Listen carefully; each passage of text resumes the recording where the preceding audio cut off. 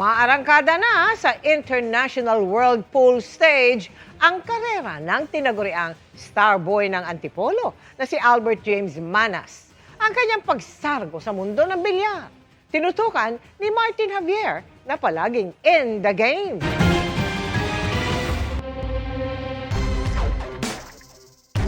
Patuloy ang pagsargo sa mundo ng bilyar na ngayon tinaguriang starboy ng Antipolo. Ang 19 anyos na si Albert James Manas. Mula sa kanyang 2023 Hanoi Junior Pool Champion win at 16 years old, nagkampiyon siya sa 99 Billiards Club Tournament sa Vietnam noong 2024 at gumawa ng pangalan sa International World Pool Stage as he topped the 2025 WW International Open sa Indonesia. Ang dami nang nangyari since we met AJ 3 years ago.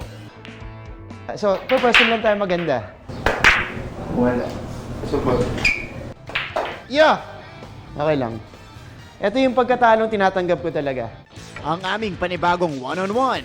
Siyempre, sa bilyar ulit namin idadaan. Bumisita ulit tayo dito sa Antipolo, sa lugar nila AJ, para hamunin siya ng rematch. AJ, G ka ba?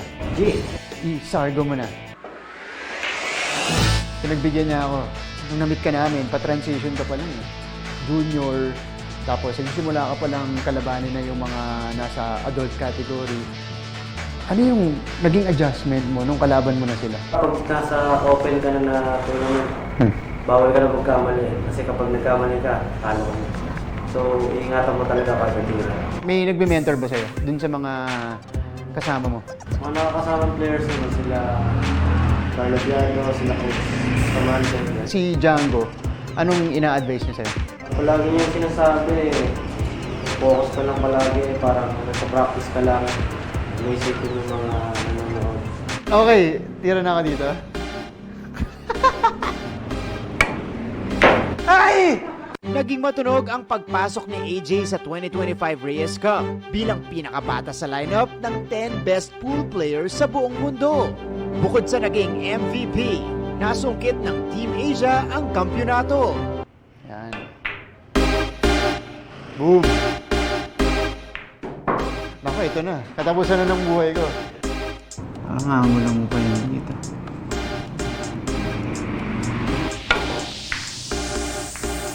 Ah! Boom! Set up. Soft touch. Easy. Wild. Galing mo!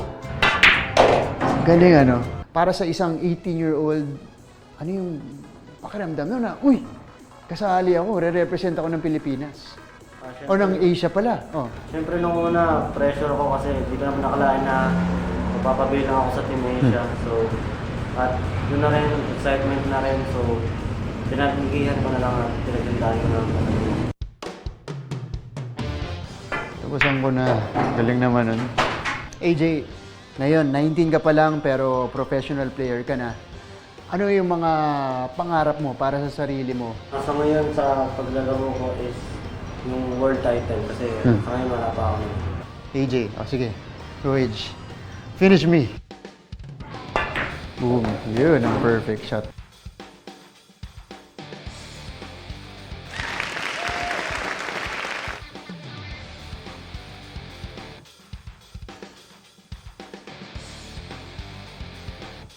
Tayo kahit konti. Twice natin challenge, twice din tayong tinalo na nag-iisang AJ Manas, pero isang karangalan pong matalo ng star natin dito sa Pilipinas at 19 years old, napakarami pa po niyang mapapalanunan, maa-achieve sa mundo ng bilyar. So AJ, until our next game. Ako po si Martin Javier. Ako si AJ Manas. Keeping you in the game! Mga kapuso, kaugnay pa rin ang pagkakaaresto kay Zaldico. Kumuha tayo ng latest sa mismong bansa kung saan siya nahuli.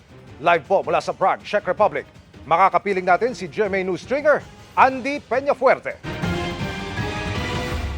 Andy, nag-release na ba ng official statement ang mga otoridad dyan sa Czech Republic o mayroon na bang kumpirmasyon mula sa kanilang bansa hinggil sa pagkakaaresto kay Zaldico?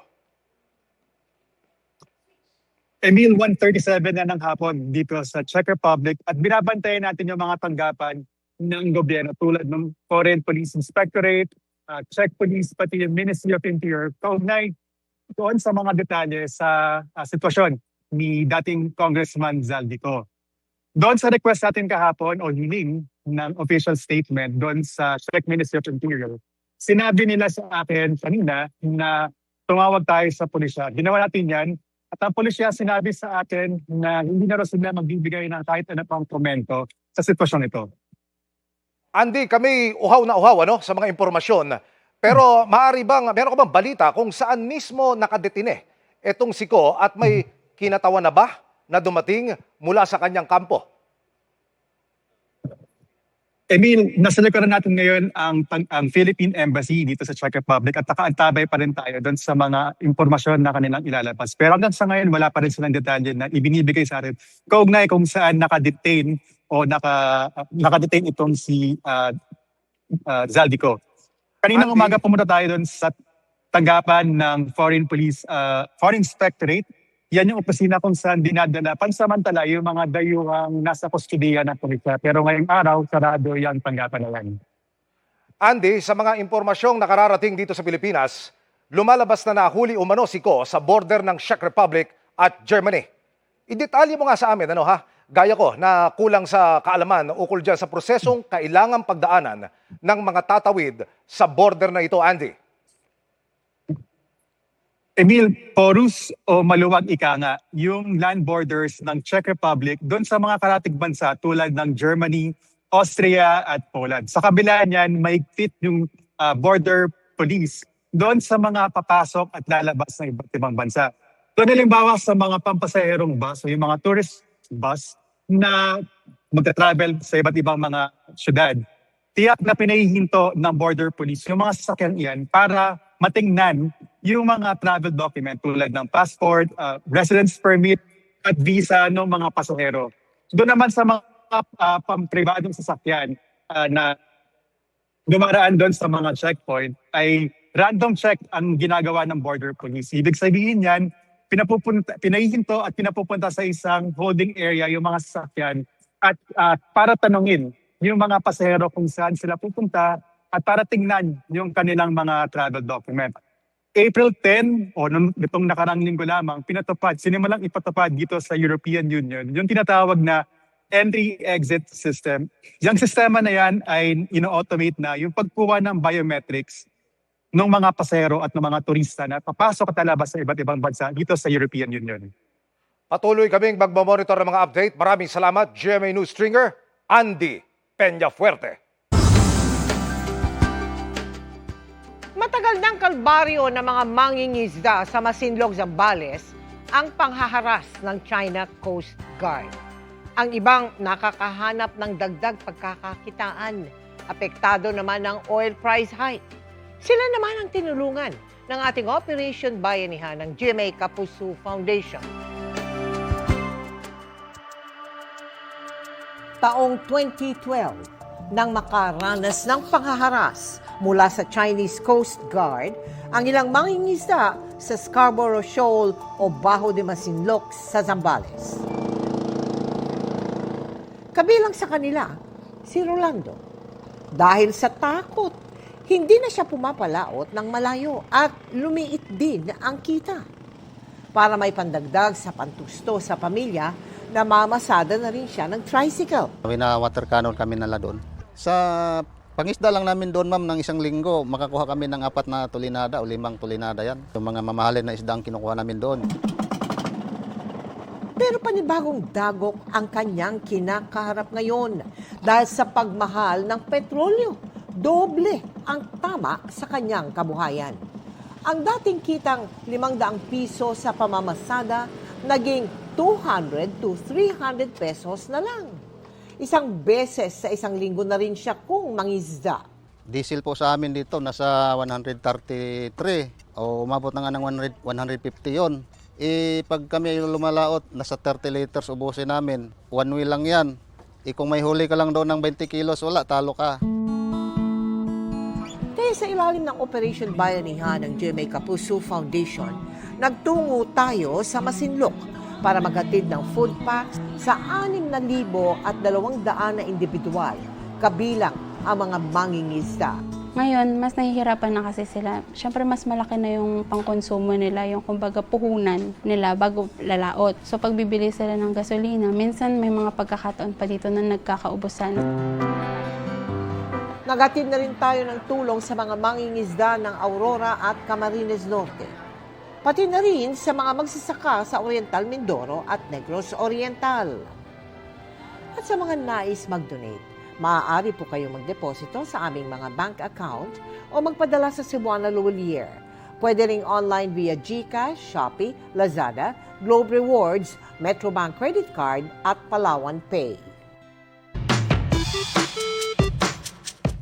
Magandang gabi mga kapuso. Ako po ang inyong Kuya Kim na magbibigay sa inyo ng trivia sa likod ng mga trending na balita. Sa Brazil may nadiskubring bagong reptile species na nabuhay mahigit 200 milyong taon na ang nakakaraan. At kakaiba raw ang itsura nito, meron kasi itong tuka na parang sa ibon. Sa isang pag-aaral na nilathala sa Royal Society Open Science, nilahat ng mga researcher mula Federal University of Santa Maria sa Brazil ang bago nilang tuklas na reptile species na meron daw tuka na parang sa parot. Ang 230 million year old reptile na ito, pinangalanan nilang Isodapedon parcialis. Taong 2020 nang mahukay ang mga fossils o buto ng naturang reptile sa bayan ng Agudo. Mabusisi itong pinag-aralan ng mga eksperto at base sa nakalap nilang fossils, ang Isodapedon parcialis isa raw quadrupedal herbivorous reptile o reptile na naglalakad gamit ang 4 nitong paa. Kabilang dito sa grupo ng mga rhynchosaurs at tinatayang nasa 1.2 hanggang 1.5 meters ang haba. Meron din daw itong matulis na tuka na parang sa parot na ginagamit daw nito sa pagputol ng halaman at paghukay sa lupa. Ang fossil ng Isodapedon parcialis may pagkakahawig din daw sa isa pang fossil na nahukay naman sa Scotland sa Europa. At ang dalawang fossil, pareho pang tanda. Nakakabangang isipin ang mga nahuhukay natin ngayong fossil kahit milyong-milyong taon na ang tanda. Marami pa rin ang nakukwento tungkol sa ating mundo. May ideya ba kayo kung paano ito nabubuo? Kuya Kim, ano na? Ang mga fossils ay nabubuo sa loob ng napakahabang panahon. Kapag namatay ang isang hayop o di kaya halaman, natatabunan ito ng mga sediments gaya ng putik o buhangin. May tsansang maging fossil ito. Ang mga sediments kasi ay pumoprotekta sa labi mula sa hangin, bakterya at mga scavengers o yung mga nagtatangkang kainin to. Sa paglipas ng panahon, nadadagdagan o nagpapatong-patong mga sediments sa ibabaw ng labi. Naiipit ito at naiipon ang pressure hanggang sa unti-unti itong titigas at nagiging bato. Pagkalipas ng libo o di kaya milyong taon, nagiging fossil na ito. Samantala para malaman ang trivia sa likod ng viral na balita, post o comment lang, #Kuya Kim, ano na? Laging tandaan, importante ang may alam. Ako po si Kuya Kim at sagot ko kayo 24 oras. Sakto 1 linggo nang nasusunog ang landfill sa Navotas ngayong gabi. Very unhealthy na ang kalidad ng hangin sa Valenzuela habang may diskarte na rin sa ibang lugar para iwas usok. Nakatutok si Rafi Tima. 1 linggo mula na magsimula ang sunog, ganito pa rin ang sitwasyon sa Barangay Salambao sa bayan ng Obando, Bulacan na halos katabi lang ng Old Navotas landfill. Hindi nakita sa kapal ng usok ang katabing Barangay Binwangan. Sa kabila ng ganito kakapal na usok, hindi lahat ng mga nakatira dito piniling lumikas. Si Mang Victor, mabilis daw isinasakay ang kanyang pamilya kasama ang mga apo kapag pumihit ang direksyon ng hangin patungo sa kanilang lugar. Umano kami kung saan walang usok. Doon na lang ho kami umano. Kahit sa gitna ng palaisdaan? Oo, doon lang ho talaga kami sa gitna ng palaisdaan kung saan walang usok. Tulos ho yung bangka namin, nakapirmis. Ngayon naghihintay. Pag wala nang usok sa tapat ng bahay namin, yun. Malignaw kayo? Malignaw kami. Dahil halos lahat ng residente ng dalawang magkatabing barangay ay may bangka, ganito rin daw ang gawain ng iba. Ayaw daw nila sa evacuation center. Kamukha ho nung ganong siksikan. Parang wala kang... kahit pa paano, pag nakaiwasan mo na yung hangin, mga 2 oras, 3 oras kang nasa, makakabalik ka na sa bahay mo. Malapit nang matapos ang kalsadang ginagawa para maidugtong ang nasusunog na landfill sa mainland ng Navotas para mas madaling maipasok ang mga gamit at mga panambak na lupa para tuluyan ng maapula ang apoy. Hanggang ngayong hapon, Tuloy ang paglagablab ng ilang bahagi ng landfill kaya 24 oras na raw ang operasyon para matapos ang kalsada. Dahil dito, patuloy ang pagbuga nito ng makapal na usok bagamat paiba-iba ito ng direksyon. Kahapon, kita sa aking drone video ang mahabang tila ulap na ito mula sa landfill padaan sa bayan ng Obando hanggang sa direksyon ng May Kawayan at North Luzon Expressway. Sa Air Quality Monitoring ng Environmental Management Bureau NCR, kita ang very unhealthy na kalidad ng hangin sa Valenzuela. Unhealthy naman ang hangin sa ilang bahagi ng Caloocan at Malabon. Bagamat hindi tiyak kung ang usok mula sa sunog ang sanhi nito, may posibilidad na bahagi ito ng epekto mula sa landfill. Kaya ang kalihim ng DOH, dumalaw kanina sa Obando, Bulacan para mamigay ng hygiene kit at N95 mask. Kukuha rin daw sila ng blood sample ng ilang residenteng apektado para masuri kung apektado ang mga ito ng mga kemikal na galing sa nasusunog na landfill. Rafi Tima, nakatutok, 24 oras. Mga kapuso, buhay pa pero tila pinatay na sa record ng Social Security System o SSS. Ang isang miyembro nitong dumulog sa inyong Kapuso Action Man. May kumubra pa nga sa kanyang death benefit lump sum at hindi na siya makakuha ng ibang benepisyo. Iyan ang aming pinaaksyonan.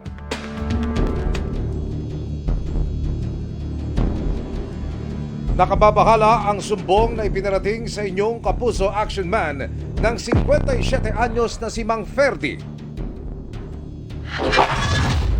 Ay, dinudulog ko lang po ang aking SSS na ako daw po ay namatay noong February 2004.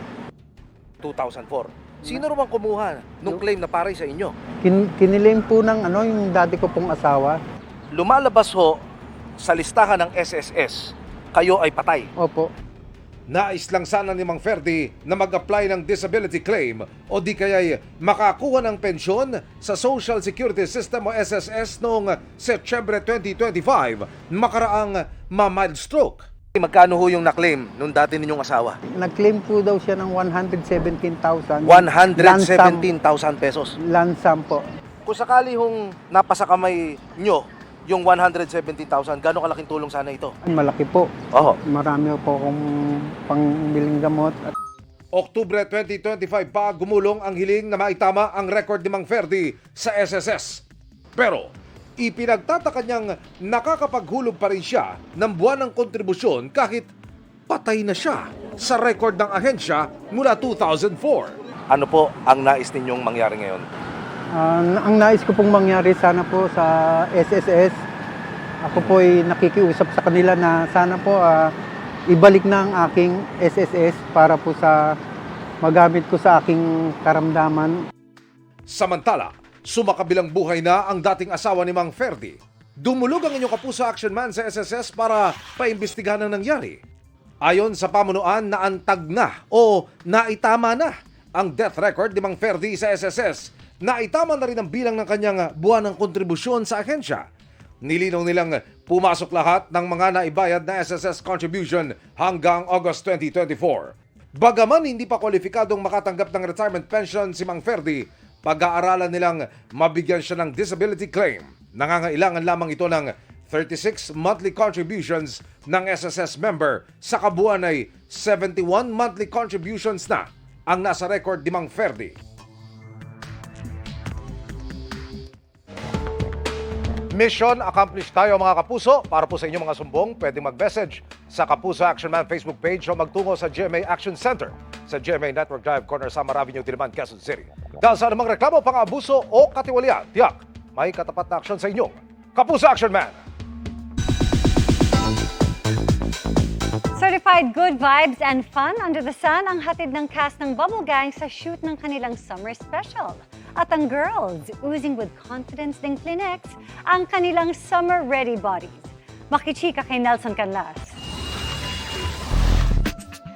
Temperature is rising at ang Bubble Gang hits the beach to beat the heat. Nag-shoot recently para sa inaabangang summer special ang longest-running gag show sa bansa. To flex not just their funny bones, kundi ang kanilang pinaghirapang beach buds. Kasama si Kapuso comedy genius Michael V, Paulo Contis, Charis Solomon, Buboy Villar, E.A. Guzman, Matt Lozano at marami pang iba. Pero beach ready na nga ba ang kanilang buds o beach lang ang ready sa kanila? Hindi ko rin alam kung beach ready ko yung ready bang beach sa akin. Pili ko nasa O. Di ba? Sagot ko nasa O. Beach ready O. Ready lang beachan. Ay, kailangan maghanda yung beach sa amin kasi talagang matataranta sila sa katawan namin. Hindi naman kailangan sobrang nuknukan ng ganda ng katawan mo as long as you're confident. Kung confidence lang ang pag-uusapan, di raw magpapatalo ang Bubblegang girls na sina Annalyn Baro at Cheska Fausto. Yung beach yung ready sa akin. Kasi anytime ako ready eh. Pinalaki ako ng starstruck, kaya naman lagi akong ready. Handa na ba sila sa akin? I think, ready na ba ang beach para sa akin? Patunay dyan ang oozing confidence and sexiness ng dalawa sa kani-kanilang summer getaway photos. Nelson Canlas, updated sa Showbiz Happenings. Itinanggi ng isang resto bar ang alegasyon ni Ramil Madriaga na nagkaroon doon ng delivery ng pera noong December 2022. Pag-uusapan ng House Justice Committee kung ipatatawag ang may-ari nito. Nakatutok si Jonathan Andal. Kuha umano ang litratong ito sa isang bar sa Tomas Morato, Quezon City, kung saan daw nag-deliver ng duffel bag na may pera si Ramil Madriaga, ang nagpakilalang bagman di umano ni Vice President Sara Duterte. Who appears in the picture? Si Attorney Reynold Gonzayak po, yung OBP, spokesman na po siya niyan. Tsaka si Attorney Ryan Kilala po, Office of the Ombudsman. Saan po yan nangyari? Sa Nomo Bosio po. Yan din po ba yung sinasabi ninyo na pinaglagakan niyo po ng pera? Yes sir, opo. Pero pinasinungalingan yan ng mismong Nomu Basho Bar sa kanilang Facebook post. Sabi na ni Edward Chico, asawa ng may-ari ng bar, nasa 40 katao ang nag-book sa kanilang bar noon para sa Christmas party. Mula alas 11 ng gabi hanggang madaling araw. Sa affidavit ni Madriaga, alas 12 ng hating gabi raw siya dumating sa bar at nag-deliver ng bag. We arrived at Nomu Basio around 12 midnight. I went inside the establishment with Arman, who was carrying the second bag. I immediately saw Attorney Monsayak, who was at the same time, at the time, in the middle of the place together with a woman and several men. When he saw me, he stood up and signaled for us to go upstairs. We then proceeded to the stairs leading to the second floor. Kaibigan ko po yung nagsabi po nun, si Attorney Chico. Even if it's a small facility, nothing stops anyone from actually bringing duffel bags into that facility. The focus will still be, there was a picture with Mr. Kilala, Mr. Monsayak, holding that certificate in which Madriaga and Kilala were signatories. And it was given in Nomu Bar. Sabi ni Ridon na miyembro ng House Committee on Justice, pag-uusapan nila sa susunod na linggo kung ipatatawag ang mga may-ari ng Nomu Bar at iba pang mga nabanggit ni Madriaga sa kanyang affidavit. Pwede namin pag-usapan ho yun sa susunod pong pagdinig. No? Kung i-invite or isapina po yung mga napangalanan. Siyempre, sa isang bahagi, may karapatan din naman sila ho na makasagot informally. No? And sila, kung if they feel aggrieved, they can actually go directly to the committee and request that they appear before the committee to, syempre, to say their truth. No? Jonathan Andala, Nakatutok, 24 Oras.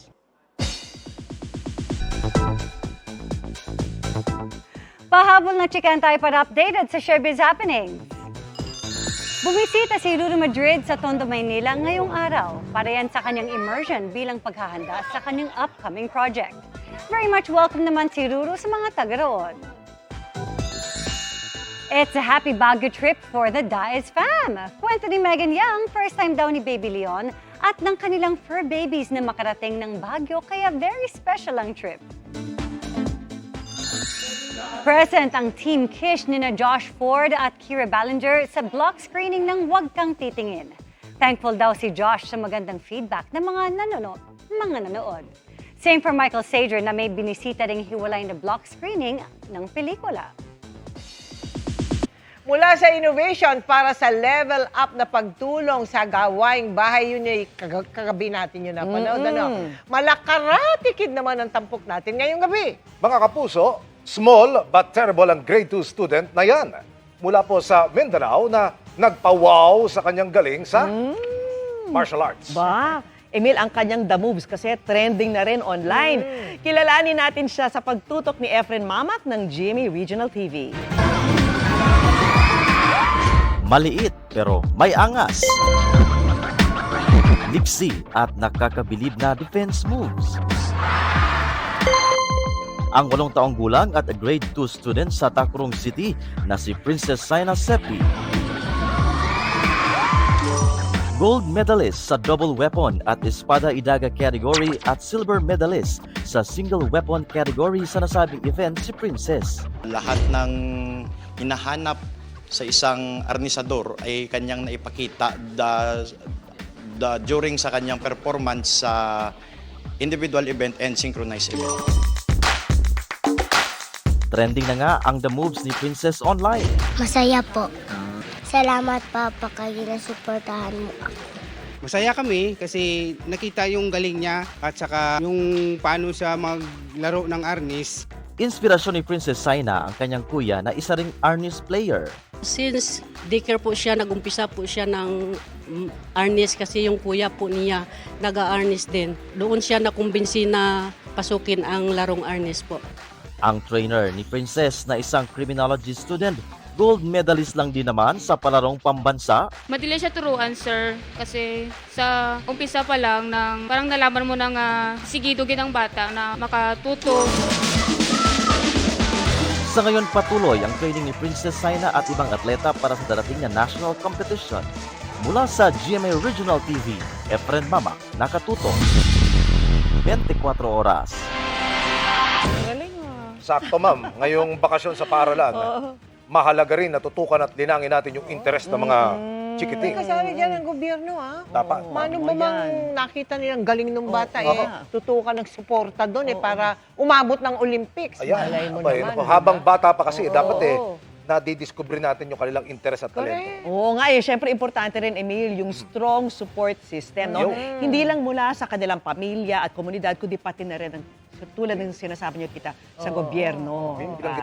May tinatawag kasing multiple intelligence. Ibig sabihin po niyan, yung galing ng mga bata, iba-iba yan.